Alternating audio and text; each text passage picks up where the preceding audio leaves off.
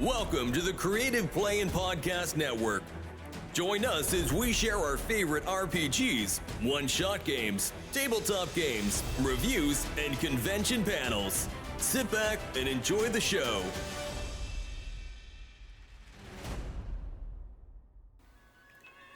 Hi, this is Kelly, aka Trixie from Ragnarok and Roll, a Scion to Ragnarok story, and Tilda Wimblewick from D&D Journey of the 5th Edition.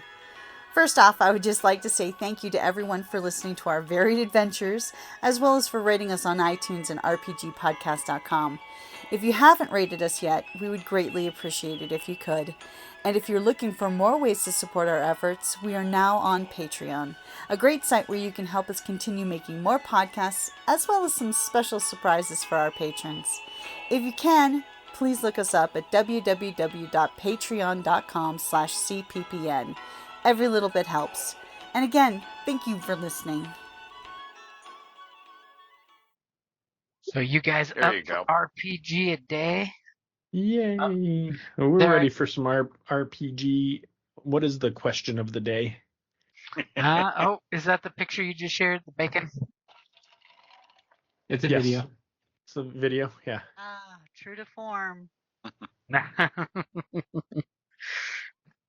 Yep. So for the 13th of August, for hashtag RPG a day, it is evocative environments.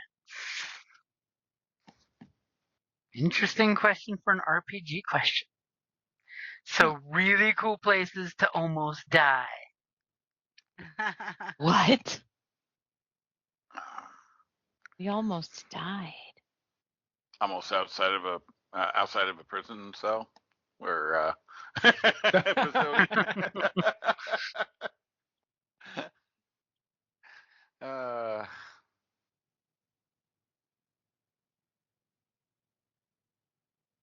Or on a cliff on a planet by your own people. Ooh.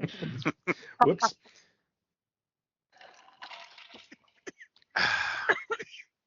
Jim will get that reference. I will. Huh. When things go bad. Let's see. In a sewer after escaping an Imperial base, when half of my team just decided to run away, and the only one that stood by my side was the not yet Jedi. Oh. Yes. Yep, that's the one I'm going with because, I almost died that time. Had the question been where you did die, I'd definitely go way back to that one paladin, Jeff. That one still hurts. It still hurts. Which question are we answering right now?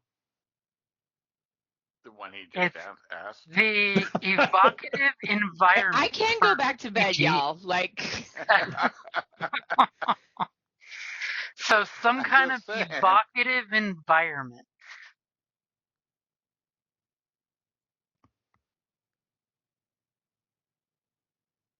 Did you hear me or did I cut out? I can No, hear you're you, good. but I'm trying to Okay. understand how an evocative environment was that one time that Jeff saved Gunter. No, I No, wasn't the one not to that save Jeff Gunter. That was saved me. Dave. Yeah. The one that I was going with was the one where Dave, at the start of this campaign, we were down in the sewer and everybody started like running out the door, and I was getting my ass handed to me, and Dave was the only one that stuck around. It was still hurt himself. Pretty badly. So yeah. Well, The Gunter, short how version about- on the death one from eons ago, Jeff had started a new D&D campaign, and he was doing one-off sessions. I've probably mentioned this before because it still hurts. I rolled the most Still hurts. amazing character ever. Lowest stat was 16. Had a couple of 18s. And one shot, to start and introduce us individually. And as soon as we started, I just started rolling ones left and right. And so we decided to mercifully just kill the character. Damn. and I was doing everything I could to get oh, come on. It's like you can fight one orc, can't you? It's like, man, Oh, listen, No, he no, couldn't.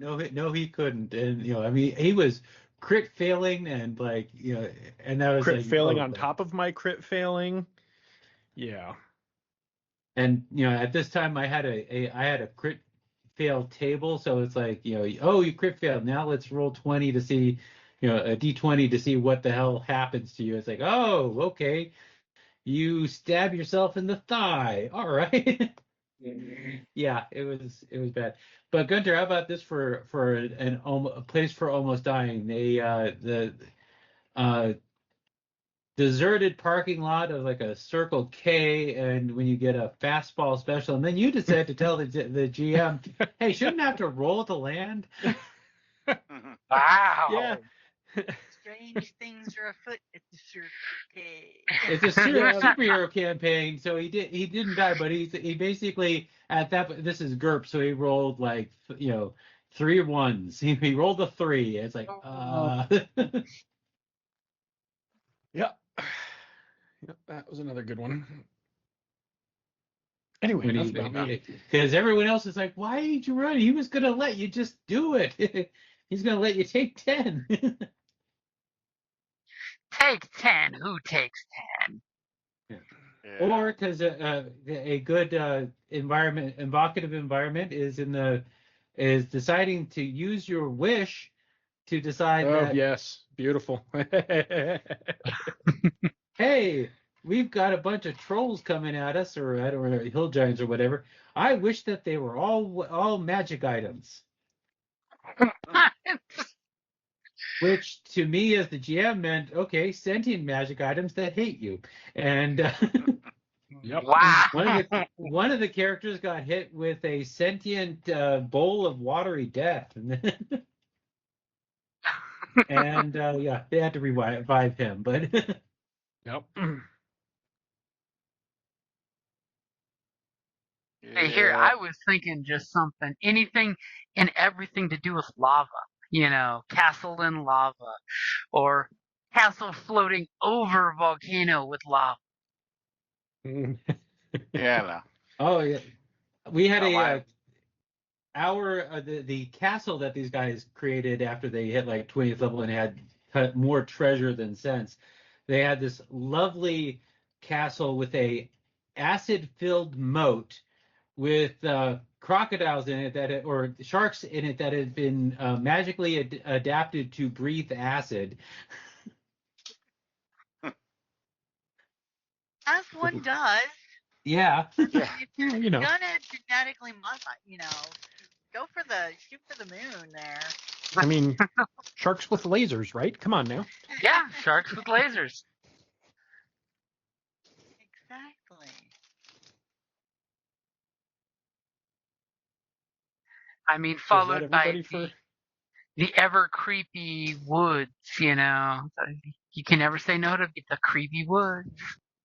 Oh, the creepy Well, woods you are classic. can, but Yeah.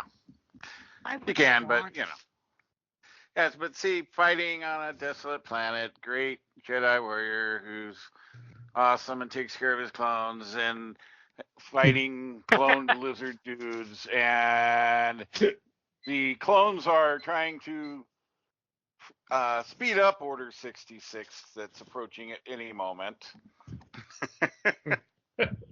They were hoping in that game that despair would come up. Yeah, it's like, okay, so when are they going to turn on me and kill me? Okay, here we go.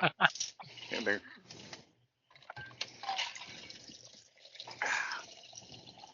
But it was a fierce battle. It was a fierce battle, and it went south so fast.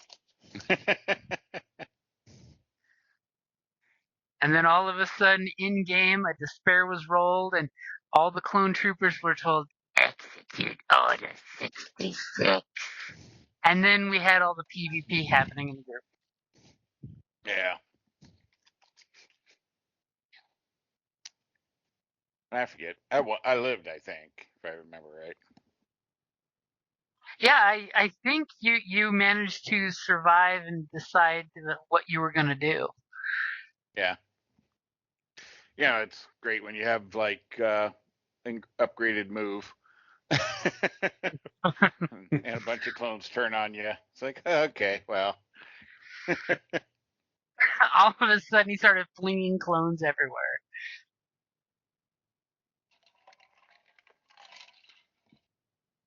but playing knowing that they're all going to turn on you, even though you're trying to be nice to them. Oh, Mhm. it's not easy when that's the case.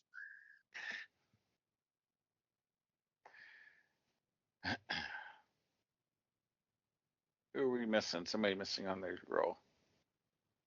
Oh, for Destiny points? Yeah. Golda. It just means someone doesn't want their Destiny, that's all.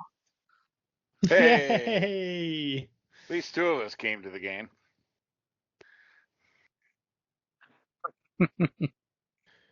My excuse is I was playing Helldivers before, and I was dealing with some of the most stupid, self-entitled assholes in the world. Ooh. Tell me how you really feel. So you went on voice chat. That was silly. Nah. That was your first that was No, your no, no, first no. I mistake. was, somebody else was on voice chat, and basically, so 4-man missions. It's basically Starship Troopers. Mhm. You, from your ship, you can join an ongoing mission on a planet that somebody else has started.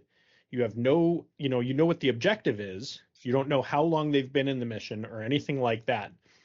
So you can join at the very beginning, you can join at the very end, or you can join somewhere in the middle, right? Uh-huh.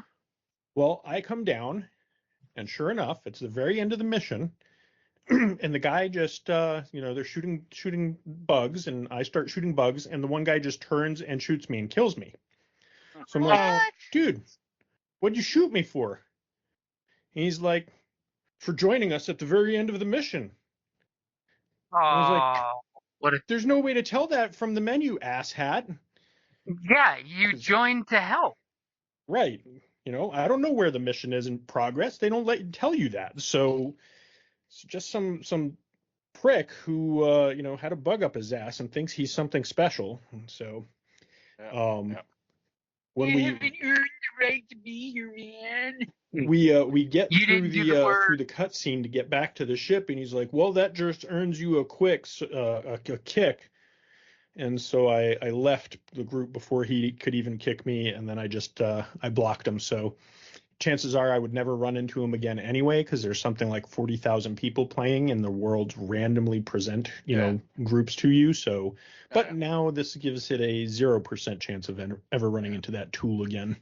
Yeah, bummer. Yeah, there's a lot of toxicity in those environments, but yeah, it's really the first time I've experienced that magnitude of it in Helldivers.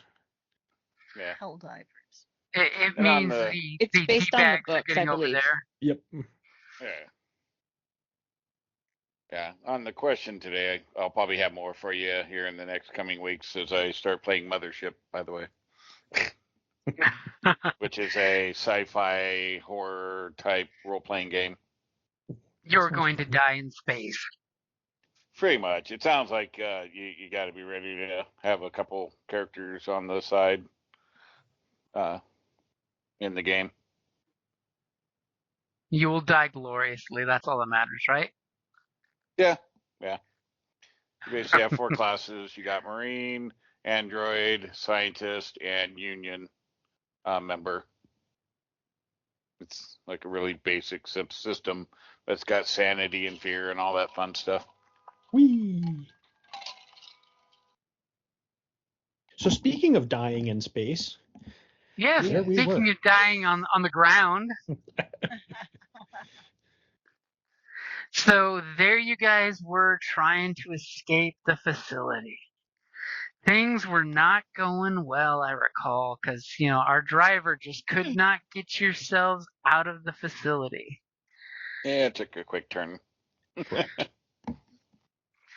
escape went well. The foot chase off the facility did not go well, as, let me let you see what I'm saying. As you totally stole a garbage truck there. because that's what one does, right? Mhm. Yeah. Thank you for listening to the Creative Play-In Podcast Network. If you enjoyed our show, please check out D&D Journey of the 5th Edition and Ragnarok Enroll a Scion Hero to Ragnarok Story. Also, check out our Patreon page for more content and behind-the-scenes things, as well as joining us for a one-shot game or two.